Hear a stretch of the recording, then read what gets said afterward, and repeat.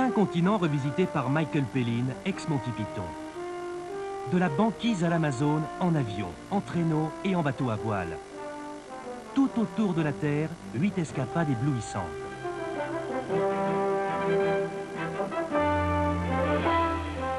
Les jeudis, boussole. La TSR explore d'un pôle à l'autre.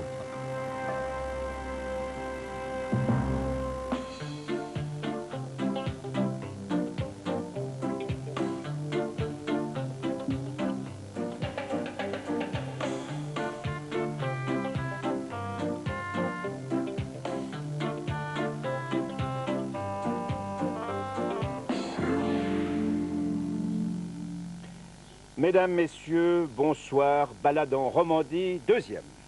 Après Fribourg, le quartier de l'Auge, avec les tenants Hubert Oudria, eh bien nous voici maintenant dans le Vuilly. Nous nous trouvons ici au restaurant du Mont Vuilly, en compagnie de notre guide Jean-Marc Sauvant. Jean-Marc, il faudrait peut-être rappeler que vous avez été une belle carrière, enfin vous avez fait une belle carrière à Berne, que vous avez été vice-chancelier de la Confédération, que vous avez été le secrétaire général des chambres de l'Assemblée fédérale, je crois. C'est ça.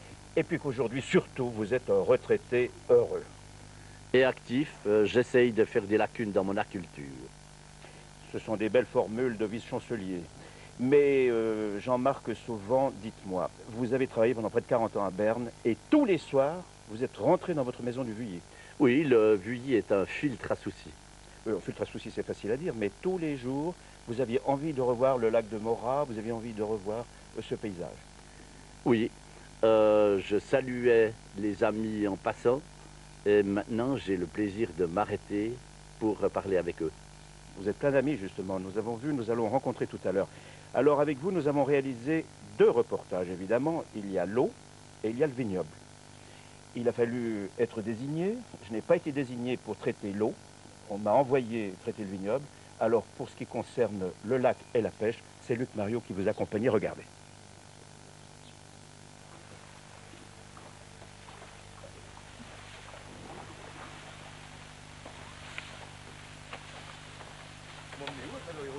Alors, on va filmer une scène de pêche avec nos amis Christina.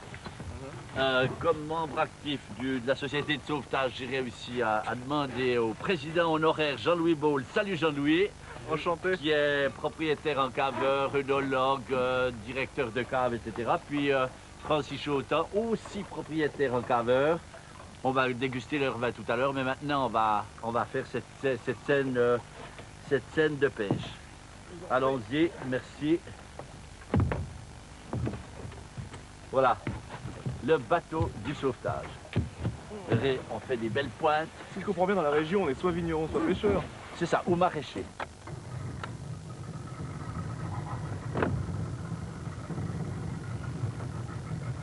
Les voici, ils sont partis tôt ce matin. Généralement, on lève les filets entre 5h et 6h. Et puis, on y va une seconde fois maintenant tout à l'heure. Bonjour Henri et Ginette. La pêche est bonne. Les filets sont sales au mois de juin parce que l'eau tourne, l'eau très chaude. Il y a passablement de courant. Vous lâchez combien de filets comme ça par jour? Là, c'est 2. C'est des pics. C'est des filets de 5 mètres de haut, spécialement pour les vengerons. Alors, à tout à l'heure. À tout à l'heure. On ne tuera pas l'apéro vers 11h. Principal.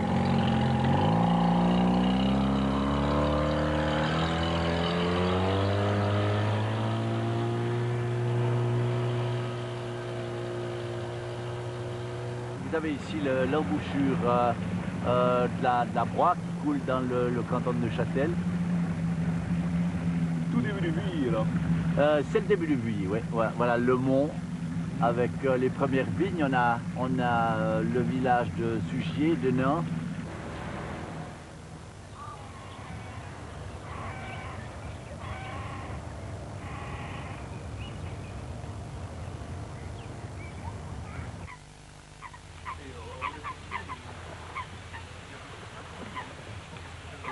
Non, c'est-à-dire... Ah oui, voilà. Voilà, Ginette et Henri. Ça en avez pris combien ce matin? Une trentaine de kilos, vengerons. Voilà le chat attentif. Ah bah oui, il y a un chat là-dessous. Ouais, qui aura son tour tout à l'heure.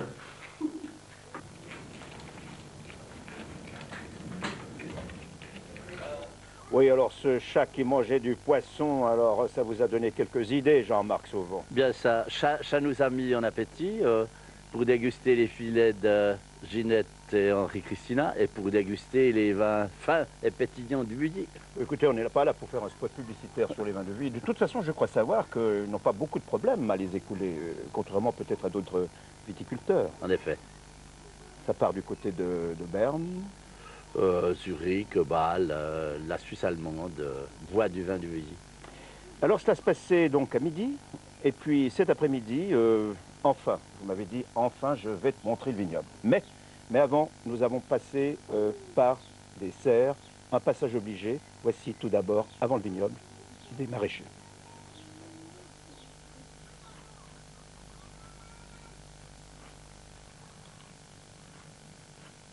Enfin, tu viens de les cueillir.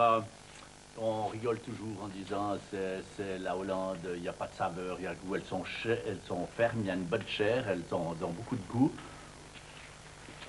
Tomate hors sol.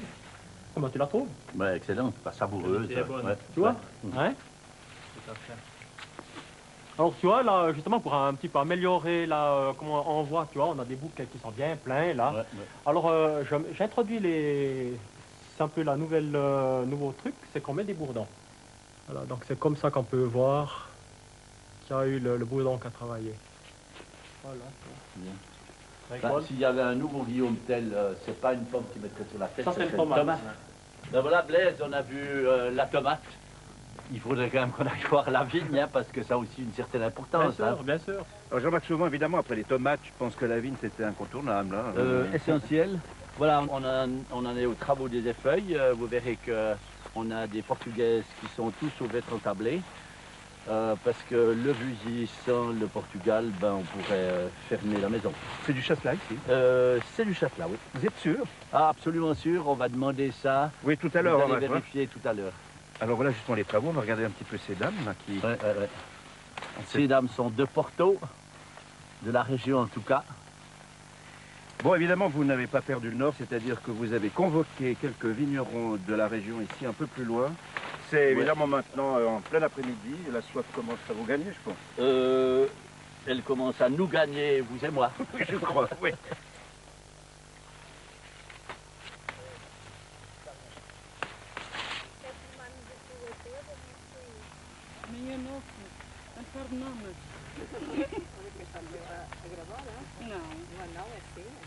Ben, Jean-François, je crois qu'il vaut mieux être sur un camion avec l'idée d'aller boire un verre plutôt que de faire les effeuilles comme ces dames. Alors, le charme du Vuilly, on en aura appris aujourd'hui. L'îlot de tranquillité, la merveille. On comprend qu'on ait du bonheur et qu'on fasse des émissions de télévision pour faire envie aux autres. Hein. Voilà. Bien. Allez, Alors, au boulot.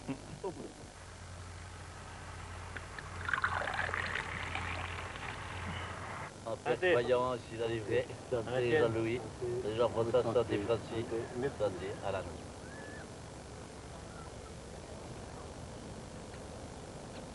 Ah, que c'est bon.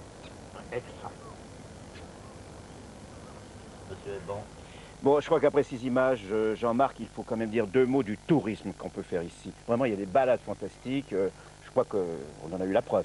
Oui, c'est une région privilégiée. N'oublions pas que nos ancêtres, les Helvètes et les Romains, s'y sont établis et y ont introduit la vigne.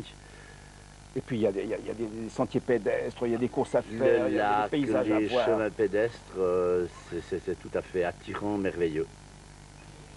Et il y a une surprise pour terminer. Bah oui, Jean-François, une surprise, même une belle prise, pourrait-on dire, parce que Monsieur Christina, qui était notre pêcheur de ce matin, est aussi trompettiste. Il joue de la musique dans l'orchestre Les Veilleurs de Nuit avec son compère Jean-Marc Mossu. Jean-Jacques Mossu. Et ils vont nous interpréter ce soir Over the Rainbow, ce qui est plutôt sympathique vu qu'il n'a pas plu. Alors demain, nous allons avoir aussi un peu de musique à Sonsbeau avec le Bel Hubert, notre chansonnier garagiste. Bonne soirée et place à la musique.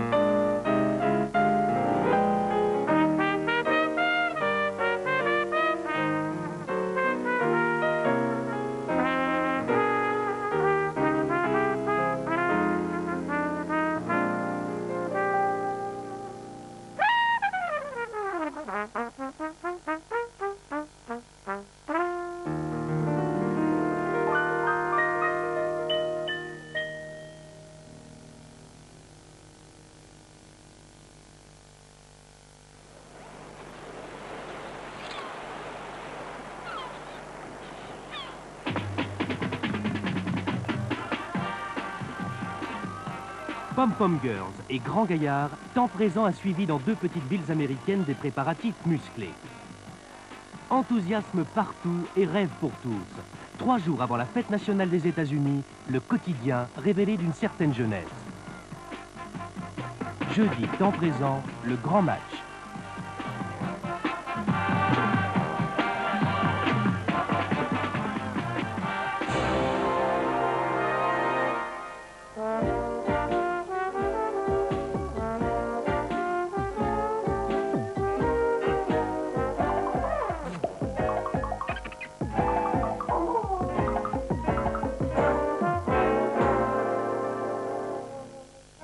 Dès le début de la création, Dieu prévint le serpent que son destin ne serait pas rose. Tu seras maudit entre tous les animaux et entre toutes les bêtes des champs. Tu marcheras sur ton ventre et tu mangeras la poussière tous les jours de ta vie. Après, on s'étonne que le mangeur de poussière soit une peau de vache doublée d'un pervers sexuel. On ne sait pas si c'est parce qu'il a 2 zizi, on appelle ça des hémipénis. En tout cas, le serpent est réputé pour son goût des orgies. Dès qu'il a émergé de son hibernation, il va traîner dans les bars louches où il fréquente des filles de mauvaise vie. Des donzelles payées au bouchon qui lui susurrent « Chérie, tu montes ?» Évidemment, le serpent monte. En échange d'habillés crasseux, une grosse vipère décolorée en blonde lui tend des draps et des serviettes. Une fois arrivé dans la chambre, le serpent prend des poses obscènes. Il se met debout sur sa queue, tortille langoureusement son popotin et exhibe crânement son double attribut viril. Les mères oiseaux, perchés sur la fenêtre, foncent porter plainte à la police des mœurs. Ça n'est pas fini. Les hémipénis du serpent sont garnis d'épines inclinées vers l'arrière. Outre leur évidente fonction érotique, les zizis épineux évitent à leur propriétaire d'être expulsés hors de la dame avant qu'il n'ait fini sa petite affaire. Quand il est satisfait, monsieur remet son pantalon, se redonne un coup de panier, sifflote une chanson paillarde. C'est alors qu'on entend la ribaude brailler d'une voix vulgaire « Et mon petit cadeau !» Dans la famille Lubrique, vous avez aussi le serpent jarretière. Lui passe carrément sa vie à organiser des bacchanales torrides dans les fosses du Manitoba. Il distribue des cartons dans les boîtes aux lettres et le samedi d'après, des milliers d'individus sont au rendez-vous.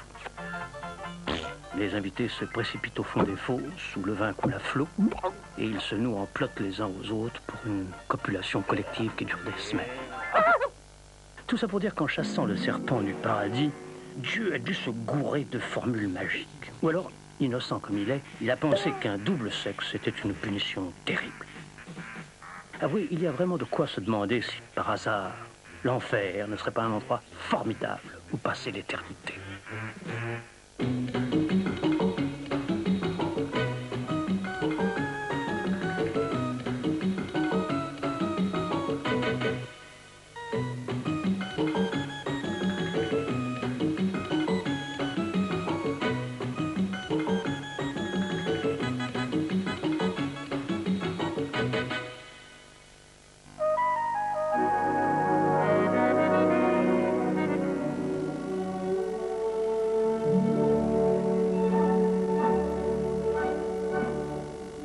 Fascinant, intrigant, volontaire.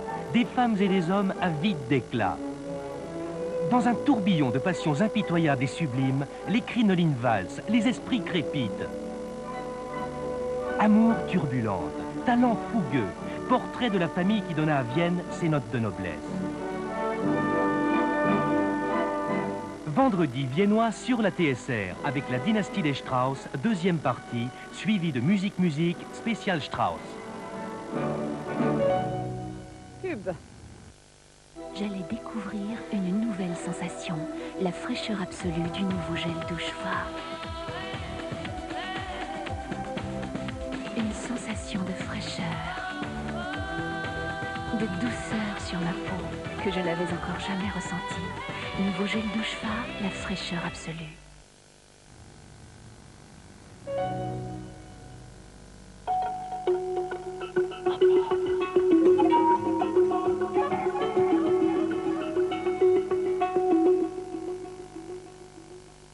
Bonjour à tous, bienvenue sur Coup de pouce emploi, l'émission qui tente de redonner un peu d'espoir aux chômeurs de Suisse romande.